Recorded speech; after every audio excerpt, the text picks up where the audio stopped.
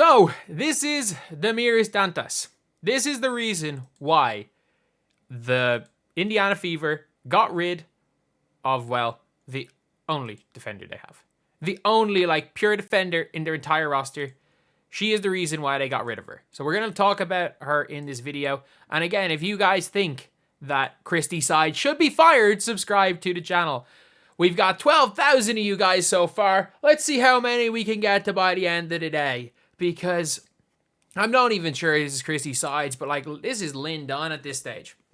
This is Lynn Dunn. So obviously, this is Damiris Dantas.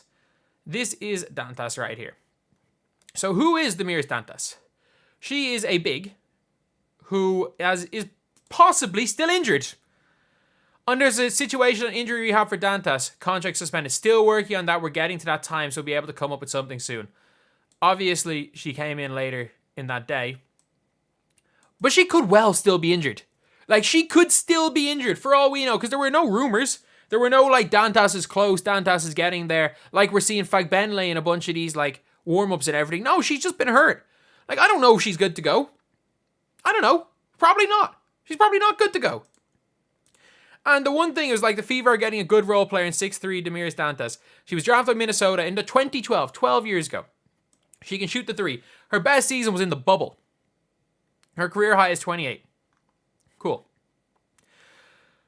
Cool. But again, why? First of all, is she better than Saxton? Yeah. She's better than Saxton. But that's by default at this stage. But still, obviously they got rid of Celeste Taylor. I would have rather seen them keep Celeste Taylor. Celeste Taylor was not the one who was meant to be cut. Why would you cut a guard and bring in a forward?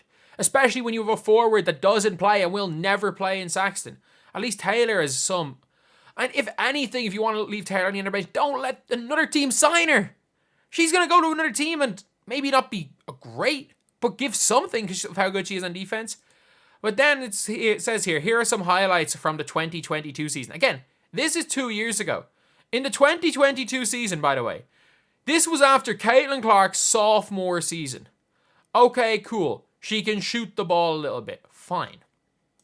Damiris Dantas, look, she's good. She's a good player. Don't get it twisted. She's good. She started for the Minnesota Lynx. Is she a champion? I'm surprised she's not, considering how long she was with the Lynx.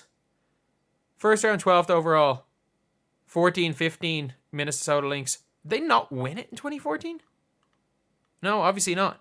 But, she played with I don't know when they won. They didn't. But, her top year was in the bubble. And then, the last season she played, she averaged 5 points a game and 3.8 rebounds a game, while shooting 25% from three. She's a career 34% shooter, which is not that bad. But she shot 25% from three. Or 26%. So if you guys are wondering, okay, this is okay. Is she a minimum contract player or something? They signed her. She was injured when they signed her. And, she averaged 5 points a game 2 years ago and then didn't play. Didn't play last season. So you're thinking, maybe. So who did she play for? She played, it says here, 2023 for the Minnesota Lynx. So obviously, I'm guessing, was injured last season. She had to miss the opening week of training camp due to an issue with her visa. She returned to the second week of training camp, but a knee injury prevented her from playing. So she was injured. She was literally injured. So they signed an injured player who averaged 5.1 points per game. And so surely it was to a minimum, right? To a minimum. Damiris Dantas is the 13th highest paid power forward in the league. She's the 13th highest player. Thank God, when the first time I read this, I thought that she was getting 150k, and I was like, they did not pay her a near max. But to average 5 points a game and be injured for a year and show up injured, you're paying 97k. And I'm not going to lie. You see Megan Gustafson right below her. That is the perfect player to have, because she just runs. She just runs. She would be the perfect player for them to have. But they have Damiris Dantas. Again, not a bad player. But saying that she can hoop, that's disingenuous. She's not terrible. She's not terrible. Her long range ability. Again, not a bad shooter. A decent shooter, which helps. Dantas' ability to stretch the floor partners really well passing inside. Playing Dantas next to Aaliyah Boston or Liz Smith is something the Fever have to be excited about. But, like, surely, it doesn't help Caitlin Clark. Surely having, like, a high-low passer. I think she was signed to help Aaliyah Boston. She's a 47% shooter inside the arc. That's not a crazy percentage. On the defensive end, she's solid in one matchup in the post. Doesn't offer much rim protection. Her Turkish team is comfortable. Asking her to play the high pick and roll coverage. See how it goes well with the speed of the WNBA. Who did she even play for in Turkey? Is she playing for Fenerbahce? No, she's not playing for Fenerbahce, is she? No, she's not. I was about to say, I was like, if she's playing for Fenerbahce, she's serious. But obviously, if you're playing Turkey, you're still going to be pretty decent. But, like, again, what is bringing in somebody that averaged 5.1 points a game the last time she played in the WNBA really going to do? And I just don't know how serious that injury is. I don't know how serious the injury is. Look, I'm going to say this right now. It's someone who, if they brought in, is better than Saxton. Because, like, again, when I saw her on the roster, I looked up a little bit about her. But, like, you can't start talking about what she was in 2020 and thinking she's going to bring something similar this season. Because, one, it was a bubble. And two, like, that's like me saying last year, you know, when Blake Griffin was playing for the Celtics, you know, Blake Griffin in 2019, 4 years ago, man, that last year in Detroit, he shot really well, made all NBA. He's still going to be insane. It's like, no, dude, you just got Celtics, Blake Griffin. This man sucks. So, it is what it is with something like this. I don't hate it. I don't hate bringing it in. And the one thing is, like, I don't really mind necessarily them bringing in another big. But, like, you're bringing in an injured big who's coming back in right when Temmie's coming back, who is going to sit her ass on the end of the bench. Like, that's realistically what's going to happen. She's going to sit on the end of the bench.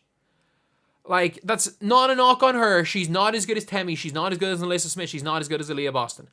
And this is a team that is now picking up the tempo of play. So this slow down, high-low game is not needed anymore. She was probably brought in to help Aaliyah Boston with some spacing and some high-low passing. That's probably what she was brought in for. But the team runs through Caitlin Clark now. Look, if she is back and Temmie is injured, she's probably a better option at the 4 than Katie Lou. And if that's the case, just start Katie Lou again. Just start Katie Lou again. No one plays defense anyway. Just try out offense, people. But, like, you've got Katie Lou, who's actually been a really good stretch for. She has been. I don't see what the purpose of Dantas is. I don't see what the purpose of her is. Look, she's better than Saxton.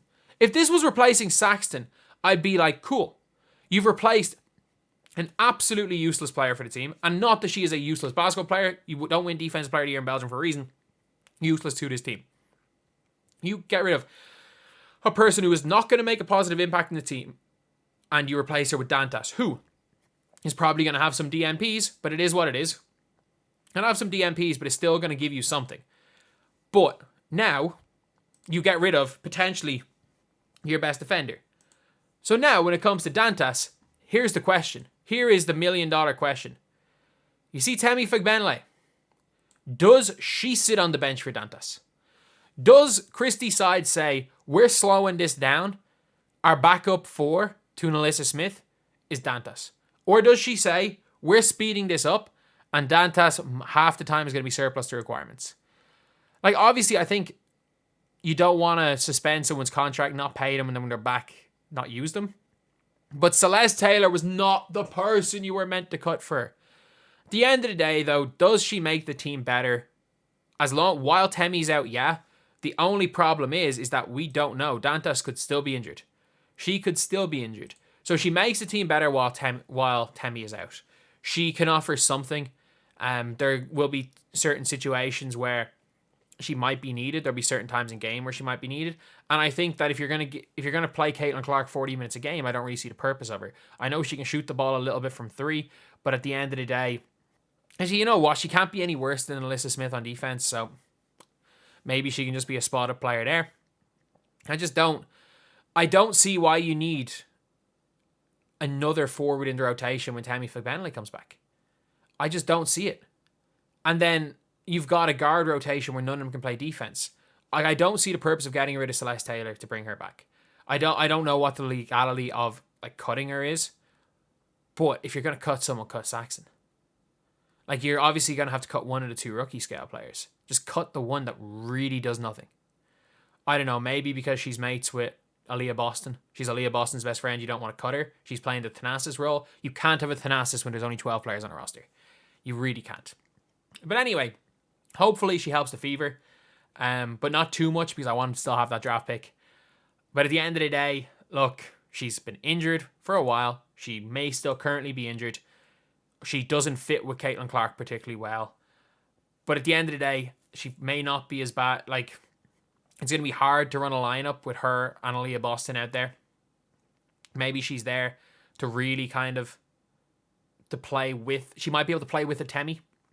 She might be able to take Aaliyah Boston's spot and play at the same time as a Temi. And that mightn't affect the team too much. But I just don't see the logic for taking her. I just don't see the logic for taking her over Celeste Taylor. I just do not see that logic, just from a basketball perspective. This is like, if you're a coach, this is like the coach that would take the old school player instead of the player that might help your team progress into a newer style of basketball. And look, Dantas is a good player. She's experienced, she's a vet, and this could be great. But I don't see where she fits into this roster. Because at the end of the day, all she's going to do is be taking minutes off one of Alyssa Smith or Tammy Figbenley, and the two of them, Alyssa Smith's proven, and she's a 25-30 minute a game player. Tammy, when she played, is a 25-30 minute game player at least. They have earned their minutes. Aaliyah Boston has earned her minutes. Like, between the three of them, like if the three of them play, between the two of them have 80 minutes, and you've got 30, 25, 25. That's it. Or that's 50. She's going to be taking minutes away from their front court of three players who are all better than her. So, look, this is an insurance plan. This is insurance. If Tammy's injury is worse than they think, it's insurance. If Boston goes down, it's insurance. If Alyssa Smith goes down. But I just don't see how she fits into the lineup. And Christy Sides trying to work her into the lineup, there's no way that will end well, because she'll be taking minutes off a better player who has earned their minutes.